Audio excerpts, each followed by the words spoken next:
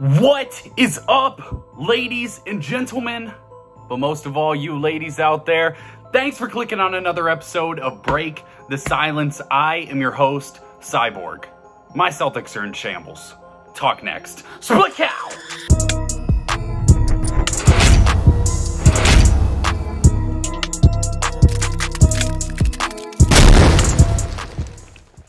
I'm so freaking stoked to talk some NBA hoops and be back. Took a couple week break as we're gearing up for the season because we're going to be grinding all season long. So I took a couple week break when it was a slow news time to get ready for the grind because we're going to be posting 3 to 4 videos a week about the NBA. We are less than a month away from the NBA season, so I am stoked beyond belief. I had a massive plan for my first video after the break here. And this was not it. This was not it. I'm going to be honest. As many of you know, I'm a Boston Celtics fan. Diehard Boston Celtics fan to the point where I punched holes through my walls watching the playoff run last year. I also, wasn't sleeping well, wasn't eating well. I'm a diehard Boston Celtics fan. But I also try to be very objective when talking about the Celtics. So we're going to get into this Ime Udoka news because it's a very difficult topic and something that I was a little nervous to have to get into when you're talking about a little off the court kind of thing. But I think it affects the Celtics on the court and organizationally, so that I think it has to be talked about when you're talking about the Boston Celtics and the trajectory for them this year and the NBA, because I think they were going to be a major player when it comes to contention for the NBA Finals. First, please take a second to like and subscribe to the channel. You see, we're almost to 400 subscribers, which is wild to me. We're going to hit 400 before the season starts is my hope, and then we're going to try, we're going to head for 5. We're going to hit 4, then 5. I got 1, 2, 3, 4. And we're going to keep grinding there. So please take a second to like and subscribe to the channel. But let's get into the topic at hand. So Ime Udoka reportedly is going to be suspended for the entire season. The report I read was likely. So I'm sitting in bed. I'm laying in bed last night and, like normal people, scrolling social media. And I pull open my Twitter and I see the Celtics are trending. And typically, if you're trending in the offseason, that's not great. That's usually not great. It usually means there's an injury or something along these lines here. We had the Robert Williams news come out that he was potentially hurt for 4 to 6 weeks, I think, with his knee injury. And so he's going to be out to start the season here. So we didn't need more bad news as Celtics fans. And as a sports fan, I'm feeling like I'm really cursed because I'm a Browns fan. And it's brutal. So, but in all seriousness, let's get to this topic because I think, one, it's hard to talk about because we don't want to talk about Ime Udoka's personal life. We know that he has a child with a very prominent figure, prominent person. So I don't want to get into that at all. We're not going to get into that at all. We're going to talk strictly basketball. And I also want to talk about why the Celtics organization feels the need to make this. So a lot of things as I'm reading right now are saying, why are the Celtics suspending him for an entire year if he had a consensual relationship with another person in the organization? I think the thing you got to remember is that the utmost importance when you're talking about a business, which the NBA is, and you're looking at it more from the Celtics perspective here, you're talking about brand integrity and holding your employees, the people that represent you, to a certain standard. So let me put it this way. I work for a rental car company. I'm a manager for a rental car company. And one of the worst things you could do is rent a car knowing that it has some sort of issue and then someone were to get hurt because of that. If I rented a car that I knew did not have good tires on it, they didn't have legal tires on it, and that person were to get hurt because it blew a tire and got in a wreck on the road, the company hit from that. Not only do I feel like a scumbag of a person, but the company image and legally, lawsuit-wise, in the news media, all those sorts of things can be heavily hurt by, you know, the liability that comes from an employee making a decision like that. So in my company, if you rent a car knowingly with bad tires, you are fired immediately.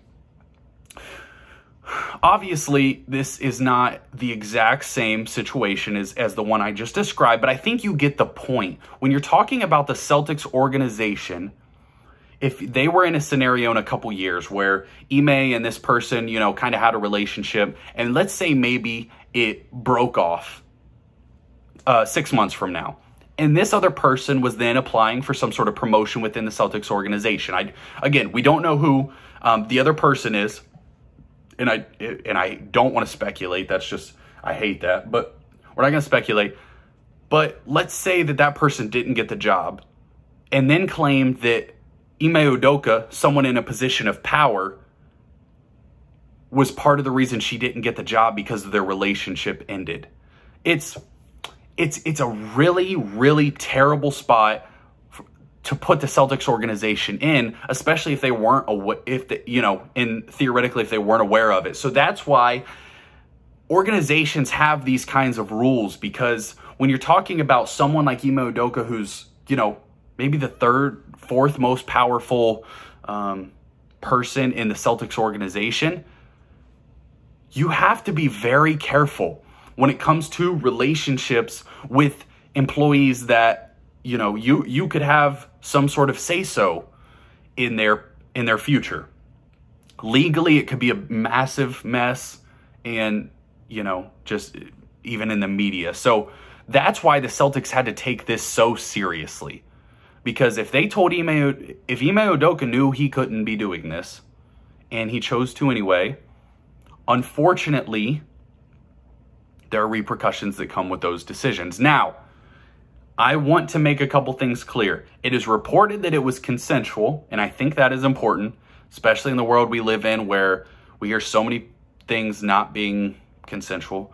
And I also want to point out that I believe Ime Udoka, this does not make me look at him any differently as a person. I think, you know, poor decision, maybe, but I don't think that we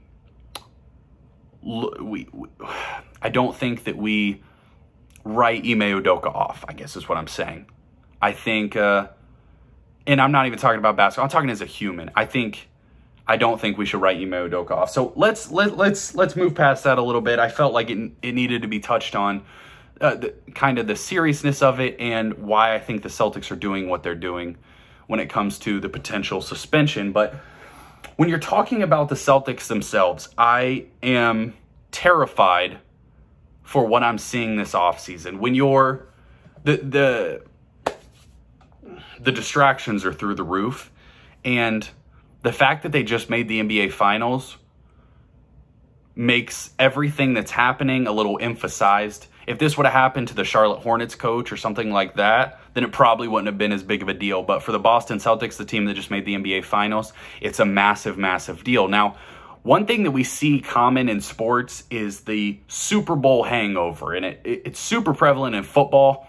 Not as prevalent in the NBA because the NBA has so many teams to make the playoffs. But in football, it's like half the time the team that made the Super Bowl doesn't even make the playoffs the next year. So there's a certain level of once you get, or lost the Super Bowl, I should say. Once you get to the NBA Finals, if you're someone that loses that, you're already facing an uphill battle to get back there and have a chance to compete for another championship. So the Celtics, if nothing went wrong, would be facing an uphill battle, especially with the East improving the way that it did. Donovan Mitchell came to the East. Chris Middleton will be back. The Nets are adding Ben Simmons, Royce O'Neal, TJ Warren. The East is going to be a juggernaut. There's going to be a lot of good squads in the East. And the Celtics have had an offseason full of distractions and full of, you know, bad news, being in the news cycle, which is not always what you want.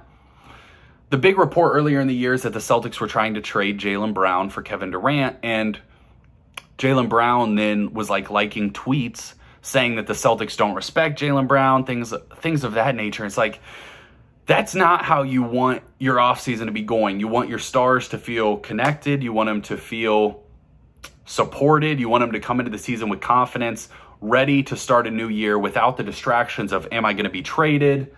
Am I being disrespected? Things like that. The Celtics made 2 massive signings with Malcolm Brogdon and Danilo Gallinari.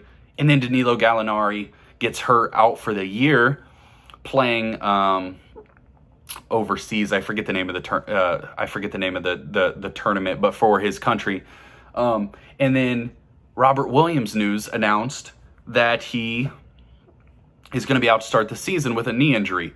Now, Robert Williams has been someone that's dealt with some injury concerns for sure in his career. So the Celtics are in a spot where you have all these big stories, distractions, heading into a season that they have a chance to be a real contender. And for a Celtics fan, that's super, super sucky, because I feel like they have a real chance this year. Now, I haven't made any of my official picks. I don't know that I was going to pick Boston anyway, but they're certainly in that short list of teams that really has a chance to compete for an NBA Finals.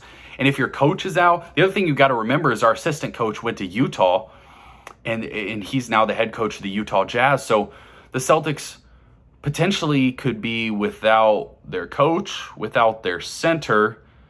Danilo Gallinari's not coming through the doors like we thought. You lost a little depth. It's just not the way you want to start the season. Now, last year they started slow and it got better, but Ime Udoka, I think, is someone who the Celtics players really respected, followed. He was a leader of men. He was smart, clearly knew his X's and O's, all those sorts of things. Felt like he really had the Celtics playing basketball the right way. Defensively, they played their butts off defensively. And that is a direct reflection of the coach. So, again, I don't want to get into personal stuff when it comes to Ime Udoka. I hate that all this is happening. It's really hard to hear as a Celtics fan.